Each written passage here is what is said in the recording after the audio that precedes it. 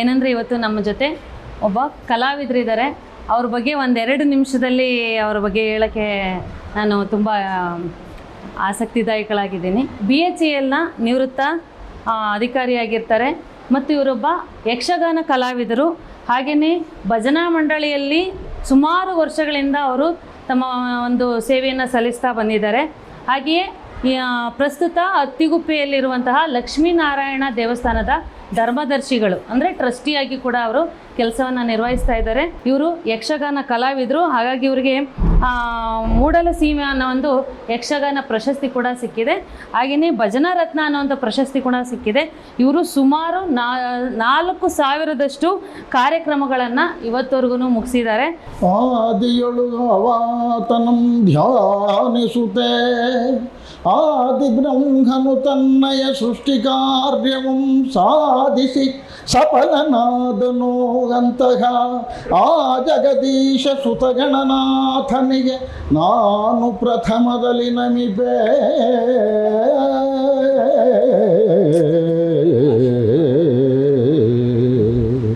ಗಜವದನ ಬೇಡುವೆ ಗೌರೀತನಯ ತ್ರಿಜಗವಂದಿತನೆ ಸುಜನರ ಪೊರೆವನೆ ಗಜವದನ ಬೇಡುವೆ. ಮುಂದೆ ಕಲೆಗೆ ಇಂಥ ಸಣ್ಣ ಮಕ್ಕಳೆಲ್ಲ ಬಂದರೆ ಕಲೆ ಉದ್ಧಾರ ಆಗುತ್ತೆ. ನಮ್ಮ ಒಂದು ಸಾಹಿತ್ಯ ಸಂಸ್ಕೃತಿ ನಮ್ಮ ಒಂದು ಕಲೆ ನಮ್ಮಲ್ಲಿ ಉಳ್ಕೊಳೋದಕ್ಕಾಗುತ್ತೆ. ಇಲ್ಲಾಂದರೆ ಕಲೆನ ಭಾವಿಸೋರು ಇರೋಲ್ಲ, ಗೌರವಿಸೋರು ಇರೋದಿಲ್ಲ, ಹಾಗಾಗ್ಬಿಡುತ್ತೆ. ಆದ್ದರಿಂದ ಮಕ್ಕಳು ಮುಂದೆ ಯಕ್ಷಗಾನ ಮೂಲತಃ ಯಕ್ಷಗಾನವೇ. ಮೊದಲು ನಾಟಕ ಅನ್ನೋದು ಇರಲಿಲ್ಲ.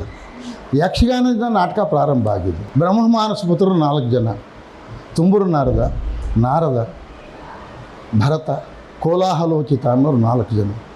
4 ಜನದಲ್ಲಿ ತುಂಬೂರು ನಾರದ ಇಬ್ಬರೂ ಸಂಗೀತವನ್ನು ಇದು ಮಾಡ್ಕೊಂಡು, ಕೋಲಾಹಲೋಚಿತ ಅನ್ನೋ 4ನೇವನಿದ್ನಲ್ಲ ಬ್ರಹ್ಮಮಾನಸ ಪುತ್ರ, ಅವನ ಹೆಸರಿನ ತಕ್ಕಂಗೆ ಕೋಲಾಹಲೋಚಿತ, ಆತನಿಂದನೇ ಯಕ್ಷಗಾನ ಪ್ರಾರಂಭ ಆಗಿದ್ದು. ಮೂಲತಃ ಯಕ್ಷಗಾನ ಪ್ರಾರಂಭ ಆಗಿದೆ ಕೋಲಾಹಲೋಚಿತ, ಬ್ರಹ್ಮಮಾನಸ ಪುತ್ರ ಕೋಲಾಹಲೋಚಿತನಿಂದ. 4 ಬಿಳಿ ಶ್ರುತಿ ನಮ್ಮದು ಯಕ್ಷಗಾನ ಶ್ರುತಿ. ಮೊದಲು 4ವರೆಗೆ ಹಾಡ್ತಾ ಇದ್ದು, ಈಗ ಅದನ್ನು 4 ಬಿಳಿ ಅಂತಂದ್ಬಿಟ್ಟು ಮಾಡ್ಕೊಂಡಿದ್ದಾರೆ. ಮೈಸೂರು ಸಂಸ್ಥಾನಕ್ಕೆ ಬಂದಾಗ ನಾವಿದನ್ನು ಮೂಡಲಪಾಯ ಯಕ್ಷಗಾನ ಅಂತಂದ್ಬಿಟ್ಟು ಹೇಳ್ತೀವಿ. ಈ ಮೂಡಲಪಾಯ ಯಕ್ಷಗಾನ ಬಂದು ಮೂಲತಃ ಆದಿ. ಈ ಮೂಡಲಪಾಯ ಯಕ್ಷಗಾನದಿಂದ ಆಮೇಲೆ ಮೇಳ ಉಟ್ಕೊಂತು. ಮೇಳದಲ್ಲಿ ತೆಂಕು ಬಡಗು ತಿಟ್ಟು ಉಟ್ಕೊಂಡು, ಆಮೇಲೆ ದೊಡ್ಡಾಟ ಉಟ್ಕೊಂತು, ಆಮೇಲೆ ಬಯಲಾಟ ಉಟ್ಕೊಂತು. ಹಿಂಗೆ ಇದರಲ್ಲೇ ಹಲವಾರು ನಾನಾ ಪ್ರಕಾರಗಳಿದ್ರಲ್ಲಿ. ಅಂತಹ ಈ ಒಂದು ಯಕ್ಷಗಾನ ಪ್ರಕಾರವನ್ನು ದಯವಿಟ್ಟು ಮಕ್ಕಳು ಎಲ್ಲರೂ ಕಲಿಯೋದು ಉತ್ತಮ. ಇದರಲ್ಲಿ ಒಳ್ಳೆ ಸಂಸ್ಕಾರ ಸಿಗುತ್ತೆ, ಒಳ್ಳೆ ಜ್ಞಾನ ಸಿಗುತ್ತೆ. ಇನ್ನೊಂದು ಹಾಡೋದು ದೊಡ್ಡದಲ್ಲ, ಹಾಡಿನ ಅರ್ಥವನ್ನು ತಿಳ್ಕೊಬೇಕು. ಮೃಗಮಾದ ಪಾಲನ ಮುಕುರಾಕ ಪೋಲನ ಬಿಗಿದುಡ್ಡ ಚಿರವಲ್ಕಲ ಚೇಲನ. ಇದು ಏನು ಗೊತ್ತಾಗೋದಿಲ್ಲ.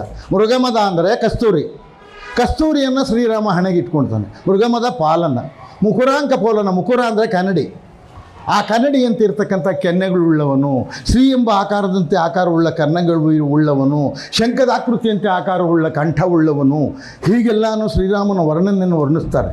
ಅಪವರ್ಗವಾದ ಮೋಕ್ಷವೆಂಬ ಅಯೋಧ್ಯ ಪಟ್ಟಣದಲ್ಲಿ ಪರಬ್ರಹ್ಮನೆಂಬ ದಶರಥ ಆತನಿಗೆ ಜ್ಞಾನಶಕ್ತಿ, ಇಚ್ಛಾಶಕ್ತಿ, ಮನೋಶಕ್ತಿ ಎಂಬ ಕ್ರಿಯಾಶಕ್ತಿಗಳು 3 ಜನ ಪತ್ನಿಯರಿದ್ದರು. ಇಂತಹ ಒಂದು ಪ್ರಾಸಬದ್ಧವಾದ ಮಾತುಗಳೆಲ್ಲ ಬರ್ತವೆ ಯಕ್ಷಗಾನದಲ್ಲಿ. ಈ ಸರಯೂ ನದಿಯ ತೀರದಲ್ಲಿ ತಾವಾದರೂ ಯತಿಯಾಕಾರ ಸೇರಿದನು ತಮ್ಮಯ ದಿವ್ಯ ಚರಣಾರ ಬಿಂದಗಳೊಳಗೆನ್ನ ಪಾರುಗೊಳಿಸೋ ಧೀರ ಘೋರ ಜನರನ್ನು ತರಿದ ಪರಬ್ರಹ್ಮಾವತಾರ ಗುರುವಾದ ರಾಮಚಂದ್ರ ನಮಸ್ತೆ ನಮಸ್ತೆ ನಮಸ್ತೆ ಇದನ್ನು ಪ್ರಾಸ ಅಂತಂದ್ಬಿಟ್ಟು ಹೇಳ್ತಾರೆ. ಎಲ್ಲ ರಾನೇ ಬರ್ತವೆ. ಪ್ರಾಸಬದ್ಧವಾದ ಮಾತು ಅಂತಂದ್ಬಿಟ್ಟು ಹೇಳ್ತಾರೆ. ಇಂತಹ ಒಂದು ಪ್ರಾಸಬದ್ಧವಾದ ಮಾತುಗಳು, ಇಂತಹ ಒಂದು ಜ್ಞಾನ ಈ ಮಕ್ಕಳಿಗೆ ಸಿಕ್ಕಿದ್ರೆ ಎಷ್ಟೋ ಮಕ್ಕಳು ಅದರಿಂದ ಎಷ್ಟೋ ಧನ್ಯರಾಗ್ತಾರೆ. ಒಳ್ಳೆಯ ಸಂಸ್ಕಾರ ಸಿಗ್ತೈತೆ ಮಕ್ಕಳಿಗೆ.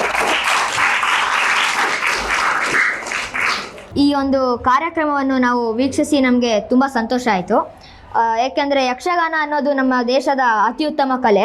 ಯಕ್ಷಗಾನ ಕಲೆಯ ಬಗ್ಗೆ ನಮಗೆ ಇನ್ನೂ ತುಂಬ ಮಾಹಿತಿಯನ್ನು ನೀಡಿ ನಮ್ಮಲ್ಲಿ ಇನ್ನೂ ತುಂಬ ಯಕ್ಷಗಾನ ಕಲೆಯ ಬಗ್ಗೆ ಜ್ಞಾನವನ್ನು ತುಂಬಿದ್ದಾರೆ. ತಮ್ಮ ಕಲಾ ಪ್ರದರ್ಶನ ಮಾಡುತ್ತಾ ನಿಮ್ಮ ಅಮೂಲ್ಯವಾದ ಸಮಯವನ್ನು ನಮ್ಮ ಮಕ್ಕಳೊಂದಿಗೆ ಕಳೆದಿದ್ದಕ್ಕೆ ತುಂಬ ಧನ್ಯವಾದಗಳು. ನಮ್ಮ ಮಕ್ಕಳಿಗೆ ದಾಸರಿ ಪದ ಪರಿಚಯ ಮಾಡಿದ್ದಕ್ಕೆ ಕೃತಜ್ಞತೆಗಳು.